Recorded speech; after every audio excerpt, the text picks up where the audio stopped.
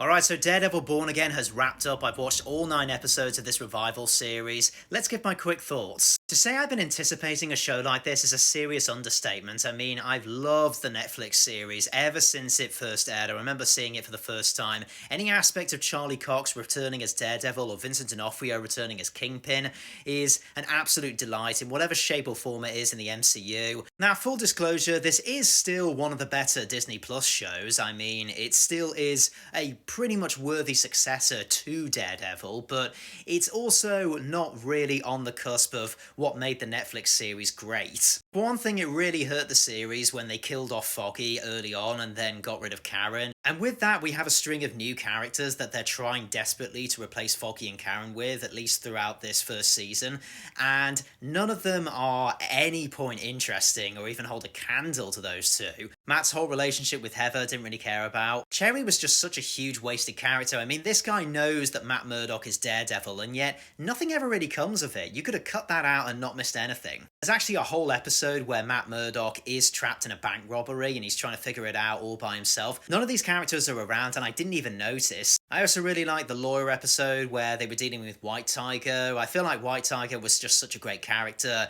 and the actor playing him, massive respects to him because he's no longer with us. May he rest in peace. I thought Muse was pretty good, even though he was a bit of a villain of the week kind of vibe. And of course, Vincent D'Onofrio and Charlie Cox, they're still absolutely wonderful in their roles. Charlie Cox as Daredevil just feels like absolute divine intervention. Some great action sequences that are really gory and bone-crunching. They really commit to the visceralness of Daredevil, which is great to see. They're all sprinkled in there, but overall the series does have some pretty bad pacing issues because it's all about building up to future seasons.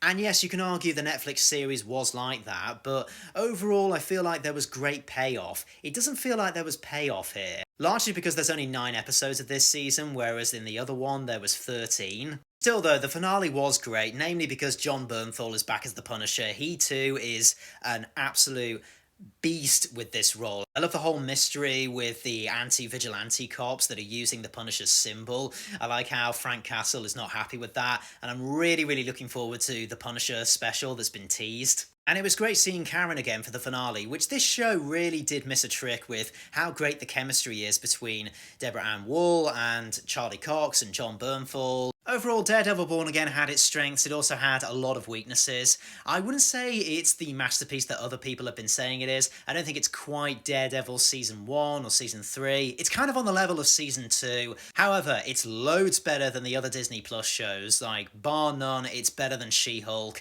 it's better than Echo. I'm still